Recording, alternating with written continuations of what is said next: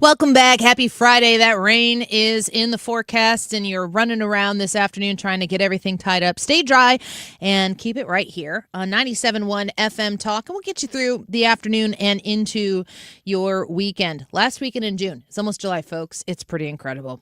Let's take a shift here and move into our next guest. Steve Cortes is with us now, former advisor to Donald Trump and J.D. Vance. I want you to check out CortesInvestigates.com. That's Cortes, C-O-R-T-E-S, investigates.com, because Steve is doing incredible work looking into stories that I know you care about. And one of these that is in the news right now that Steve is going to talk to us about, the Fox News headline, Watchdog Report alleges Red State University trained executives tied to China's defense sector. And folks, that red state is the state of Missouri. Steve, welcome to the show. Thank you for being with us this afternoon. Annie, it's always a pleasure. Thanks for having me. Thank you so much. You brought this story to my attention, and you're looking into this, and you're looking into some of this foreign involvement that exists here within the country. And I think people think, oh, Missouri, they probably have their act together, red state, they wouldn't allow this. Right. But that's not the case. What have you found out? Right. No, and people would assume that. And listen, these issues are worse for sure in blue states. And next door in Illinois, of course, I highlighted the University of Illinois, which has the second most Chinese nationals in America. Highly competitive school, one of the best STEM schools in America. I became aware of that because I was a lifelong Chicagoan until I couldn't take it anymore. I now live in the red state of Missouri, but I have a lot of friends and family in Chicago. And I started realizing just how many truly exceptional young American teenagers and high school kids couldn't get into the University of Illinois. I then found out there's 6,000 Chinese nationals studying at the U of I. So, yeah, that tuned me into this problem. I found out there's about 300,000 total Chinese nationals studying at American universities. U of I has the second most in America, which I think is appalling. So that got me on this topic. I did a documentary on it, China's College Takeover. You can find it on my website. It went crazy, millions of views, outraged a lot of people.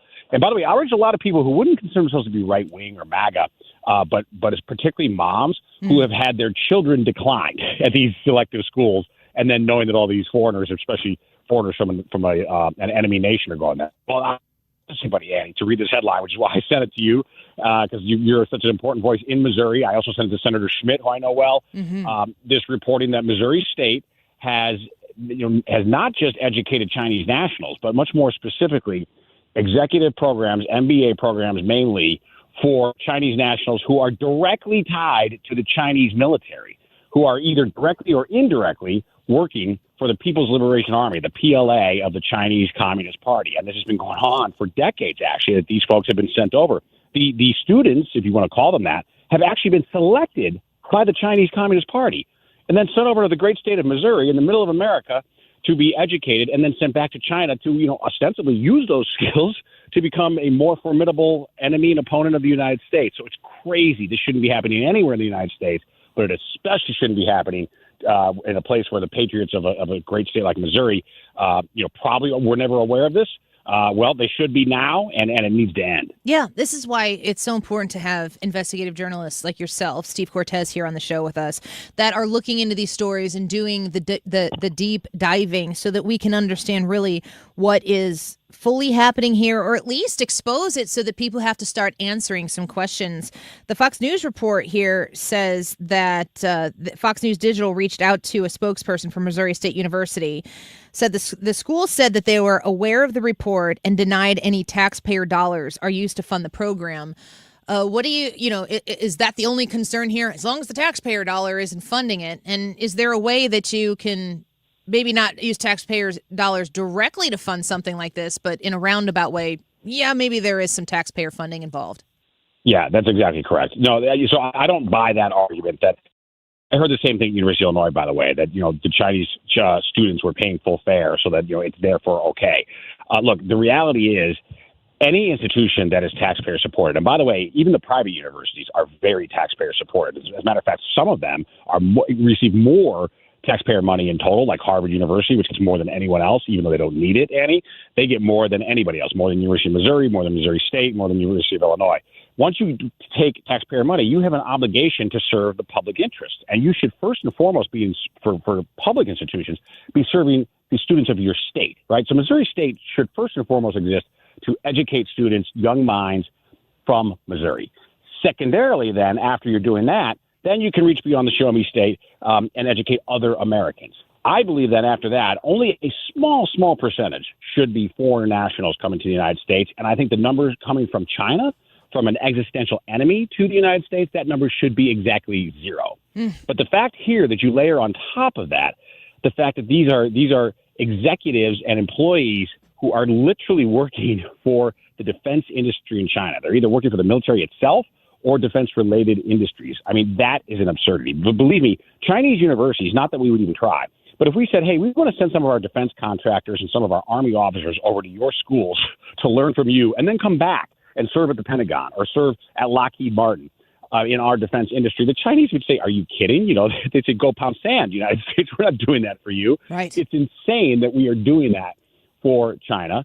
And again, it just makes it even worse, I think, that a fantastic state where, again, I'm sure patriots there weren't aware of it. I wasn't aware of it. And I've looked into this issue deeply. I was not aware that that was going on at Missouri State. So good reporting by Fox News to uncover this. But now it's time for us to do something about it. And, you know, what I have advocated for is I think overall there needs to be any school that takes federal money, for example, there should be a law. And that's almost every school in America. There's only literally a few that don't. That there should be a law that the total percentage of foreign students should be capped, and it should be low. I think it should be in the single digits. If you want to bring some truly exceptional kids, you want to bring them in from Canada and UK and South America, fantastic. Okay, but let's keep it very, very small. The number of students who should be coming from enemy nations, we're talking Iran, North Korea, China, that number should be zero. They absolutely should not be allowed in the United States. And by the way, some of them we know come to spy. That's not my opinion. We have indicted a number of Chinese nationals. University of Michigan, by the way, not Missouri, but in the Midwest, University of Michigan recently indicted Chinese nationals who were sneaking bioweapons into the United States, bioweapons that were capable of poisoning American agriculture. University of Illinois, or excuse me, the Illinois Institute of Technology in Chicago arrested and convicted a Chinese spy who was committing espionage in the United States. He's actually back in China now, believe it or not. He was exchanged in a prisoner swap, which countries do, of course, and the U.S. and China did that. But that shows you how important he was to the Chinese, that they were willing to swap prisoners to get him back to China. But he came here supposedly as a student to learn at the Illinois Institute of Technology. In fact, he was a spy.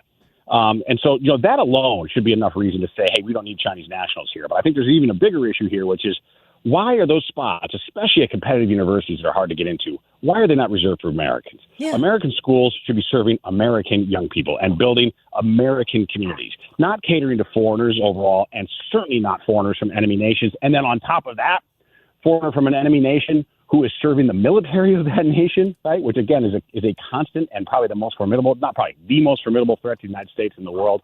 This is craziness. And it would be crazy if it were happening in California or Illinois. It's even crazier that it's happening in Missouri. And it's so important for it to be exposed and brought to the attention of the public. The website's CortesInvestigates.com.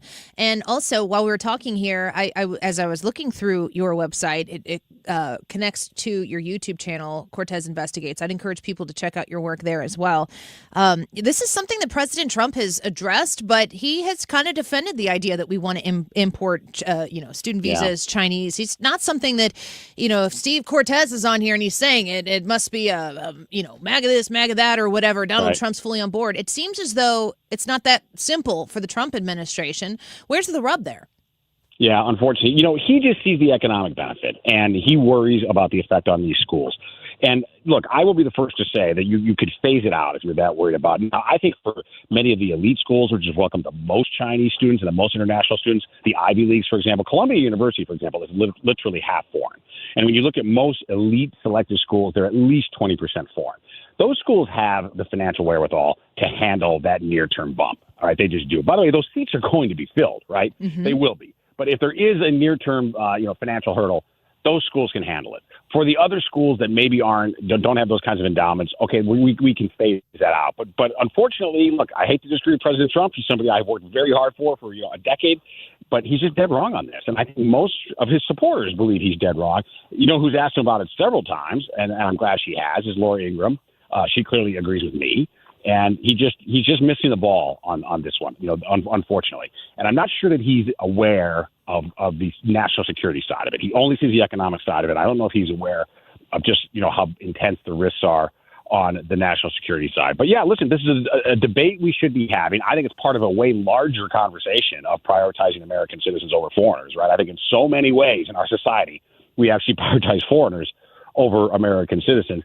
but this is one of the important lanes of that broader discussion. And to me, to be America first means reserve these schools for Americans. Yeah. And by the way, a lot of states like Illinois, again, let's keep picking on your neighbor there. A lot of states are actually giving preferential treatment to illegal aliens. Yes. In other words, giving in-state tuition discounts. So the taxpayers of the state, now we're not talking the federal government, but of the state, are literally subsidizing illegal migrants. So not only are you not being punished for being here illegally, you're actually being rewarded. You're being treated better than an American kid. If an American kid was born in the United States or came legally to the United States, he actually is treated like a second-class citizen compared to an illegal alien in that same state. California, of course, is doing the same thing. I think they started that whole terrible trend as a lot of terrible trends. By the way, speaking of documentaries, I have a new one coming out on Tuesday. The trailer is out.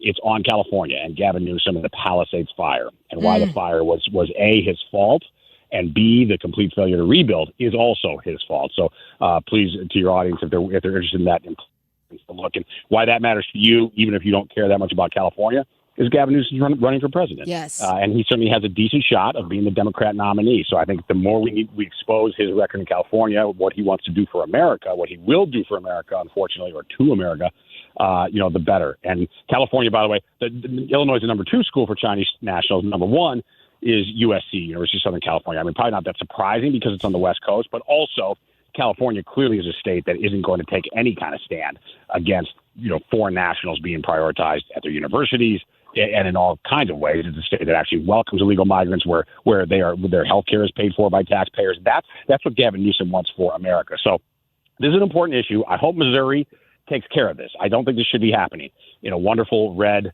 traditional, patriotic state like Missouri. I hope Missouri State is forced to really answer full transparency on how this happened, why this serves the public of Missouri. I don't believe it does, and it should be ended. And like I said, putting this on your show is obviously significant. I did contact Senator Schmidt. He's aware of it. He generally is very strong on this issue. He agrees with me on this issue. And so my hope is that we're going to see some action on this. And this shouldn't take place anywhere in America, but let's sure not let it take place in Missouri. Absolutely. And, show me the results of how this program is benefiting Americans over the people who are coming here from foreign countries that are adversaries. That's the Missouri way, is to show me.